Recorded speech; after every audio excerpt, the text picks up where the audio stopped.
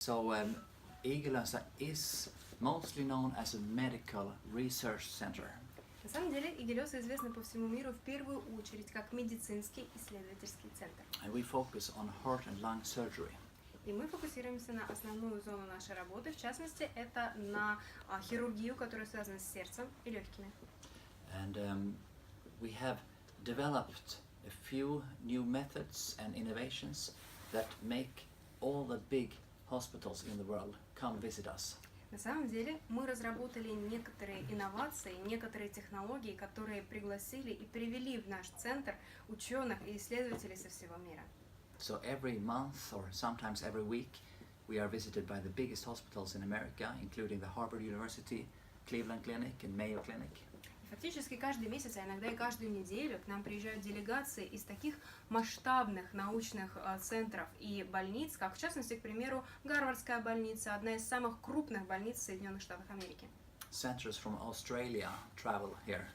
Непосредственно делегации из медицинских центров в Австралии приезжают также в Игелёсу. We cooperate with several hospitals in China. Мы сотрудничаем с некоторыми больницами в Китае. And of course all the big ones in Europe. И, разумеется, с самыми крупными медицинскими центрами в Европе. So today we have a group of Oriflame. Итак, сегодня у нас с нами группа из Oriflame. I hope that you feel that you are in a good company. Я надеюсь, что вы чувствуете, вы находитесь в самой хорошей компании. Ой, чувствуем, да. Мурашки. So how many have been here before of you? Сколько из вас было здесь до сегодняшнего дня? I recognize a few of you. Okay. Мне кажется, я даже помню некоторых из вас. So I will start to talk about cardiac arrest today. Я хотела бы начать нашу сегодняшнюю с вами беседу разговором о остановке сердца. And for many years we studied what happens when the heart stops. В течение многих лет мы изучали ситуацию, которая происходит с человеком, с сердцем, когда оно останавливается. And the reason were that we, of course, wanted to save those people's lives, but if we couldn't save the lives, we wanted to save the organs, so we could use the organs for transplantation. Разумеется, первой нашей целью было всегда сохранить жизнь пациента. Но если жизнь сохранить уже не получалось, то нашей следующей основной целью становилось сохранить сердце, сохранить орган для того, чтобы спасти другие жизни. But we made some unexpected findings in the physiology. И на самом деле у нас получилось узнать довольно интересные открытия в физиологии. So if you imagine the heart like a muscle that pumps blood around the body, blood flows into the heart and it pumps it out again, and it goes around like this. Если вы представите сердце как большую мышцу, которая сокращается и которая фактически заставляет нашу кровь циркулировать по всему организму, This is called blood circulation. это называется циркуляция крови. And if the heart suddenly stops to beat, it was always believed that blood circulation also stops. Считалось, что если сердце останавливается, то и циркуляция крови тоже точно так же моментально останавливается. But we were surprised to learn that circulation continues for a few minutes and gradually fills up the heart with blood. Но мы были просто поражены обнаружить то, что когда сердце останавливается, циркуляция крови продолжается еще в течение 5-6 минут. И фактически поток крови наполняет сердце. Человек не умер. Нет, человек нет. Сердце остановилось, кровь продолжает наполнять камеры сердца. This takes about 5-6 minutes. 5-6 минут. And then the heart becomes like a water-filled balloon. И так как кровь наполняет сердце, оно уже не бьется, то сердце превращается по виду как шарик, наполненный кровью, наполненный жидкостью. And in this condition, it's very difficult to use defibrillation or electric shock to start the heart. И в таком случае уже очень сложно использовать дефибриллятор для того, чтобы восстановить сердечный ритм. But on the other hand, if we could empty the heart, and surgeons, they can just take a glove and they can just massage the heart so it becomes flexible, and then use defibrillation, then it could start to beat more often. При этом, если есть возможность, скажем так, опустошить сердце от этой излишней крови, если мы говорим о ситуации на хирургическом столе, то у хирургов есть возможность просто рукой начать массаж, прямой массаж сердца, избавить сердце от лишней крови, да, и использовать уже дефибриллятор. So we described this method in the scientific journals, published and traveled the whole world to talk about this. Мы описывали данную ситуацию, данный метод в большом количестве научных публикаций. Мы путешествовали по различным международным научным конференциям для того, чтобы рассказать об этой физиологической ситуации. Это на что, ребра ломать, что ли? Нет. Слушайте внимательно, все слышите. So we have described the problem and we understood the solution, and now it was time for the invention. Мы понимали проблему, и у нас было решение. И теперь пришло время как раз для того, чтобы изобрести инновационный продукт. And Igelösa, we don't produce any products, we don't sell any products. На самом деле в Игелёсе мы не производим никаких продуктов, мы ничего не продаем из товаров. Instead, we cooperate with industry to do this. Мы сотрудничаем с международными центрами производства для того, чтобы изобрести инновационные продукты. And together with a Swedish new started company called Jolife, we developed this device, medical device. Вместе со шведской компанией Jolife мы изобрели этот прибор. And this is like a robot that will do compressions, mechanical compressions. Фактически это робот, который может совершать механическую компрессию сердца. And it's easy to operate. Очень просто им пользоваться. If you imagine a patient with cardiac arrest on the floor, you Представьте, slide this plate behind the back, что на полу лежит пациент с остановкой сердца, под спину помещается данная деталь, connect the device ставится like прибор, this. You start it up, мы начинаем, включаем его, Как and it вакуум. will do this. И он как это видите, убирает. он осуществляет механическую компрессию на сердце. Just like you do it like Получается, this. он ее это Как поднимает. будто бы вы делали это руками, но But the difference is that Lucas never gets tired. разница только в том, что Лукас не устает никогда. And you can transport the patient on a bed while this is still working. This is difficult if you should run Вы and do it. можете фактически транспортировать пациента до больницы, используя данный продукт. Если бы мы делали это вручную, то пришлось бы бежать за носилками, и качество, разумеется, было бы немножко другое. In the ambulance, the paramedics can sit down with a safety belt on. На самом деле, медики в скорой помощи могут даже сидеть пристегнувшись, пока этот аппарат работает, While this is still working. пока он все еще работает. In the special patent was this suction cup you see here. И на самом деле отдельно запатентованная вот эта деталь, которая осуществляет вакуумный массаж.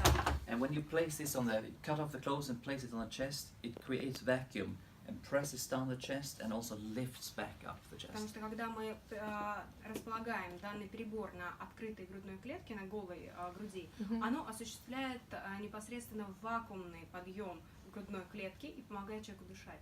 Они для скорой помощи или для клиники вот эти приборы? Приборы, Разумеется, они и для скорой, и для клиники, но основная цель их, разумеется, скорая. Для транспортировки пациента. В России у нас этого нет.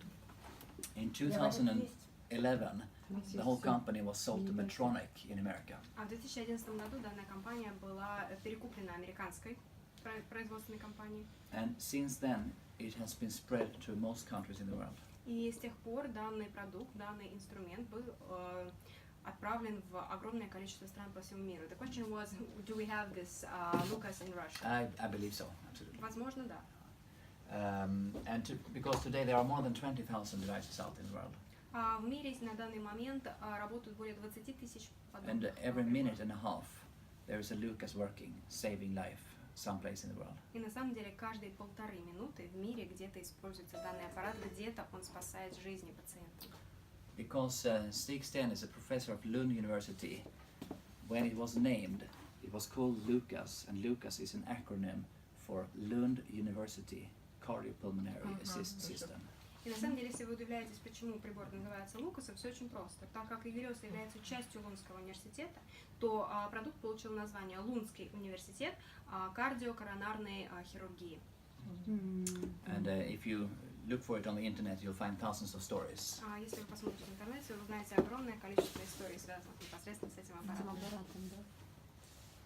But I said before that the main field of research that we are mostly famous for has to do with transplantation. Как я уже говорил изначально, основная работа, которой занимаются ученые в Игелёсе, связана непосредственно с трансплантологией. And in transplantation, one of the biggest problems is the short time you have. И в трансплантации самая большая проблема – это время. In lungs, maybe from a patient suddenly dies, the donor, and then you transport it to the recipient. maybe between 4 and 6 hours. Если мы посмотрим на легкие, к примеру, сколько они могут существовать в процессе от передачи донора к реципиенту, не более 6-4 часов. And the lungs are often damaged. И чаще всего легкие находятся уже в непригодном состоянии. When you try to save the life, the dead patient or the dying patient, the blood pressure drops, and then you give a lot of fluid to uphold the pressure, and that fluid goes immediately to the lungs. Например, когда у нас ситуация, когда пациент находится при смерти, мы вкачиваем огромное количество жидкости для того, чтобы вернуть его в нормальное состояние. И эта жидкость в первую очередь идет в легкие и разрушает их. And the lungs get damaged. It's called edema. They get edema. Называется это эдема легких, когда в легких находится жидкость. So 80%, 80% of the Все lungs, вопросы после презентации, простите. 80% of the lungs that we come into the hospital, we turn them down. We can't use И them. фактически 80% всех легких для трансплантации, которые поступают в больницы, они уже не пригодны для операции. So Stиг and his research team has developed a method to take care of the lungs outside the body for 24 hours. И Стиг и его команда разработали потрясающий инновационный метод, который позволяет сохранять жизнеспособность легких на протяжении 24 часов вне тела донора. And this method is called ex vivo. That means outside the body. Ex vivo lung perfusion. И этот метод называется ex vivo трансплантация легких, от слова латинского ex vivo вне жизни. And this method gives the doctors the possibility to evaluate the organs more objectively and also to recondition them. И на самом деле данный метод позволяет не просто сохранять легкие на протяжении 24 часов. Этот метод дает время нашим хирургам для того, чтобы у них была возможность посмотреть и оценить легкие. И, возможно, где-то даже сделать их, мягко говоря, починить их. And Почистить, починить. this is mainly done by a specially patented solution, which is called Stena solution. И на самом деле есть специальное средство для того, чтобы вернуть легким их рабочее состояние. Называется это раствор Стена. And it's like artificial blood with some molecules that create pressure that retracts the edema or the fluid away from the lungs. Помните, основная проблема, почему легкие становятся непригодными, это жидкость в легких. Так вот, раствор Стена похож на кровь по своему составу. Его закачивают в легкие, и этот раствор выводит из легких вот эту лишнюю воду, то есть вновь делает их жизнеспособными. In this way, you can give the doctors more time and to make an objective evaluation. And in many cases, lungs that were turned down can actually be used.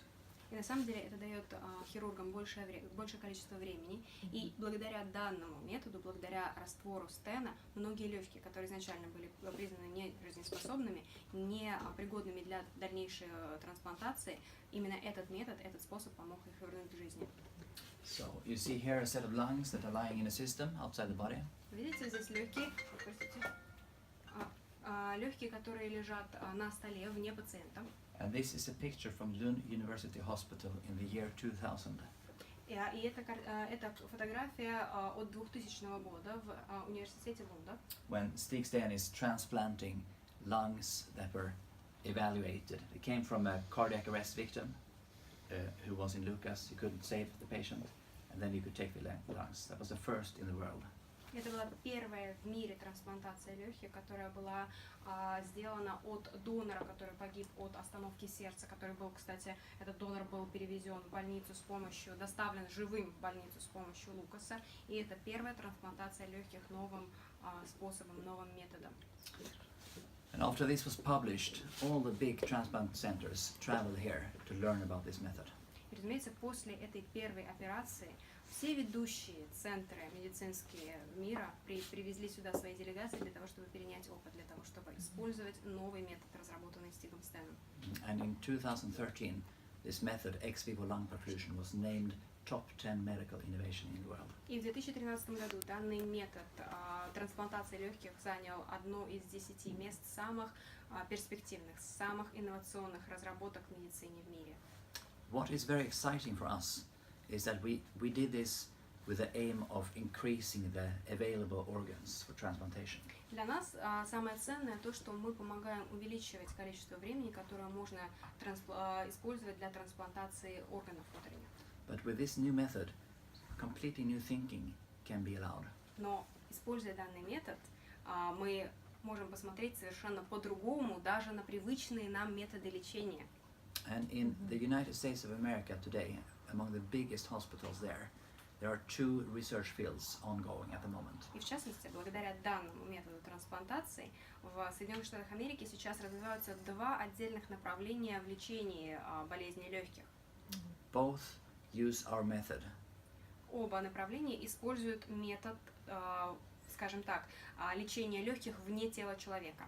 But in one research field, it has to do with lung cancer, when you operate out cancer lungs and keep the patient in a heart-lung machine, and then you radiate the lungs and try to kill the cancer before you retransplant the healthy lungs back again. В частности, одно направление, которое связано с лечением раковых больных, у которых прогрессивная стадия рака легких.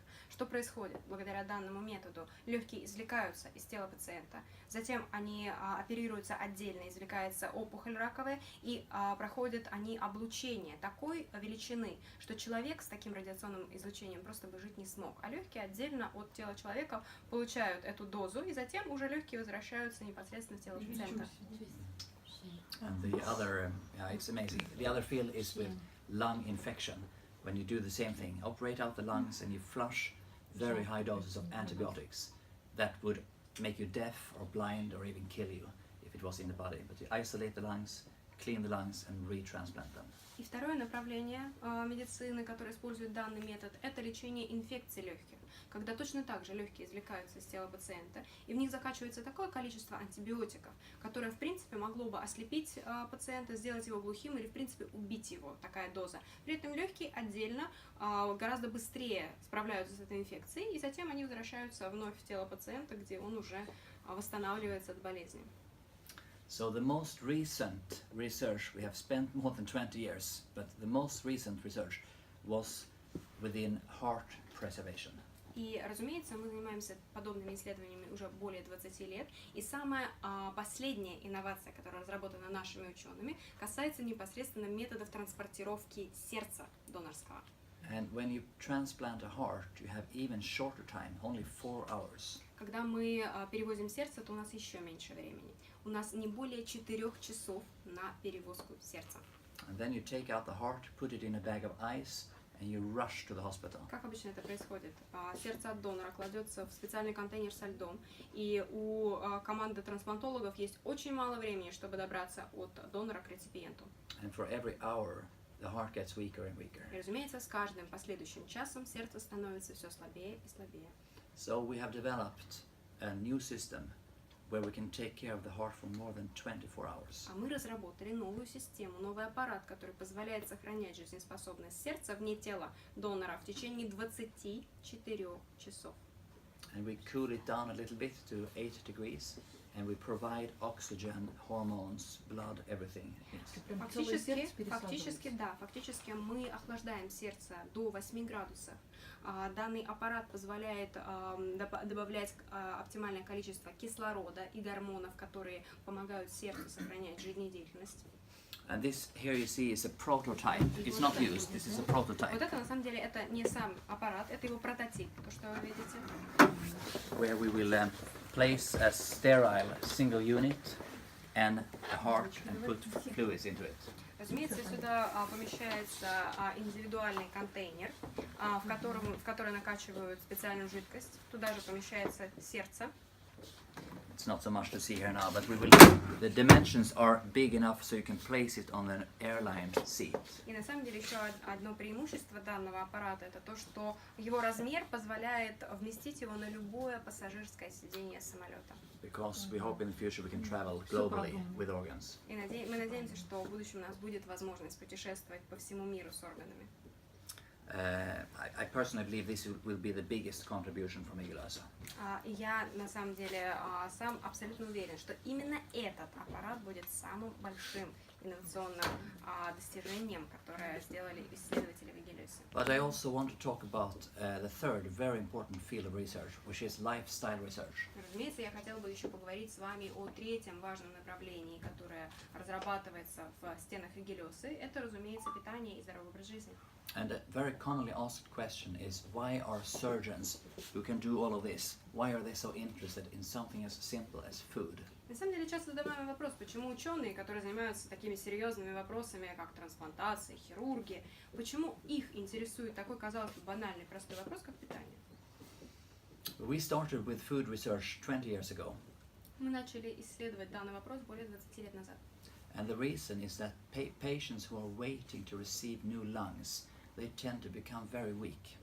И на самом деле вся причина заключается в том, что пациенты, которые ожидают своей очереди на трансплантацию легких, они очень быстро теряют силы, теряют вес.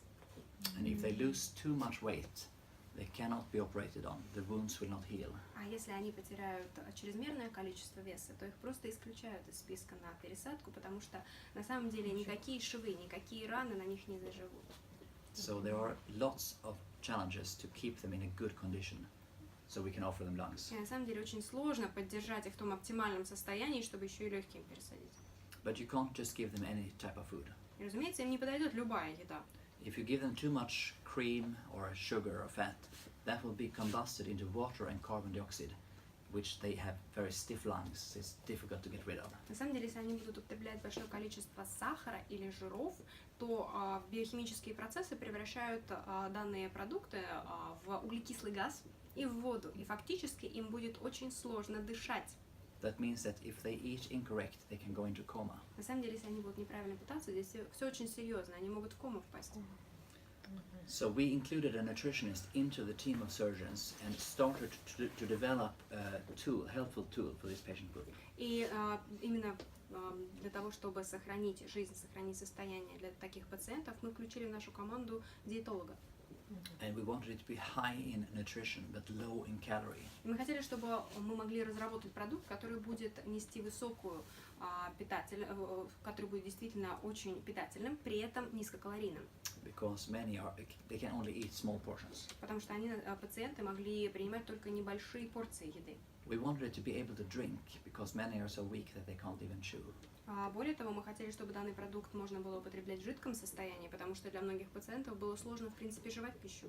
And we wanted it to be as natural as possible because many get so much medication, chemical medications. It should be natural for the body. И, разумеется, мы хотели, чтобы продукт был максимально натуральным, потому что пациенты употребляли такое количество, огромное количество лекарств, что уже достаточно было химии в их организме, и мы хотели сделать продукт максимально натуральным для пищеварения. And we wanted it to be slowly absorbed in the body. И, разумеется, мы хотели, чтобы продукт усваивался максимально медленно. And the reason was to control the carbon dioxide production. И это помогло бы нам контролировать производство углекислого газа. So we spent more than 8 years of testing and developing this formulation.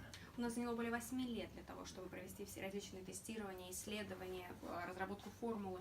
And much of that work was done in this very room. И на самом деле большая часть работы над продуктом была сделана в этой как раз комнате. Using that blue chair over there. Используя вот то голубое кресло. And then our research and development kitchen with Matt and those people cooperated much with this medical clinic. И затем, разумеется, нам на помощь пришла наша кухня, которая находится в данном центре. С помощью Мэтта, его коллег, мы смогли непосредственно работать вместе. And we used many healthy test persons. И, разумеется, мы использовали большое количество волонтеров. Because their bodies react more or less the same. Нам было важно посмотреть на то, как реагирует человек на продукт. If you research directly on patients, they have so many medications that it becomes. И почему нам нужны были волонтеры? Почему не могли взять наших пациентов? Потому что у пациентов такое количество медицинских препаратов в крови, что нам было очень сложно бы понять, как действует наш продукт, или это какие-то побочные действия от лекарства. Поэтому мы использовали волонтеров. So, again, we found something a bit surprising. И вновь мы встретились с неожиданным открытием. Because now many of the test persons reported that they felt very satisfied and little or no sugar cravings. На самом деле, те волонтеры, которые участвовали в исследовании, мы вскоре узнали от них, что они получали очень быстрое насыщение от еды. Они перестали хотеть сахара, and many got more energy и у многих наблюдался всплеск энергии. and felt less tired. Они начали чувствовать себя гораздо менее уставшими. And many start to eat a bit smaller portions, and some who were a bit overweight started to lose weight. Многие из них начали довольствоваться гораздо меньшими порциями еды, а те, у кого были проблемы с весом, начали его терять. And around this time, Robert of Jokknik came to Igelösa with a doctor friend the first time. И приблизительно в то же самое время Стиг посетил Игелёсу вместе со своим другом. And they had heard about the place and wanted just to see what it was. Роберт Афьёкник знал об Игелёсе, он хотел просто на самом деле приехать и посмотреть, что же это за место. Какой год это был? What year it was? 2006. Это был 2006 год. Yeah. So when he heard about this most recent research within nutrition and food, he realized this could be something for Oriflame. Когда Роберт Афьёкник услышал о данном исследовании и посмотрел на первые результаты, у него появилась идея о том, что данное исследование может быть очень перспективно в рамках работы компании Oriflame. And of course, I think you realized that I was talking about the history of natural balance И, shake. разумеется, я думаю, что вы прекрасно понимаете об истории какого продукта я вам сейчас рассказываю. Разумеется, об истории коктейля Natural Balance. And we often say that this meeting in 2006 was the seed that made Igelösa grow into becoming the home of wellness by Oriflame. Мы часто говорим, что именно эта встреча в 2006 году стала точкой отправления сотрудничества ученых Игелёса и Oriflame. So, I said before that we had a lot of other guests. We do research and also a lot of education here. Я уже упоминала вам, что к нам приезжает огромное количество гостей. Мы проводим обучающие лекции, информационные. And besides transplantation teams and colleagues, we also need to educate other parts of society. И, разумеется, помимо исследователей и трансплантологов, нам очень интересно рассказывать о наших инновациях, в принципе, всем перспективным слоям населения. Here are 4 examples. The first picture here, you see the Lucas. This is a picture of top politicians, business people, engineer professors, and also donors of research money. И, разумеется, те фотографии, которые вы сейчас видите на экране, здесь у нас известные политики, известные исследователи и, в принципе, меценаты, которые жертвуют большое количество денег на исследования. Папы Римского нету здесь? Over here you see the Swedish Queen Silvia. Как видите, королева Сильвия. She's in front of, she was here occasionally when we had a course in lungs, so she's looking at the lungs in this box. Она посещала данное заведение Игелёсу не единожды, а несколько раз. Down here is Professor Alvin Roth from America. He's a Nobel Prize winner in economics. Здесь вы видите профессора Элвина Рота, Нобелевского лауреата по экономике из Америки. And he's done mathematical matching of donor organs. На самом деле именно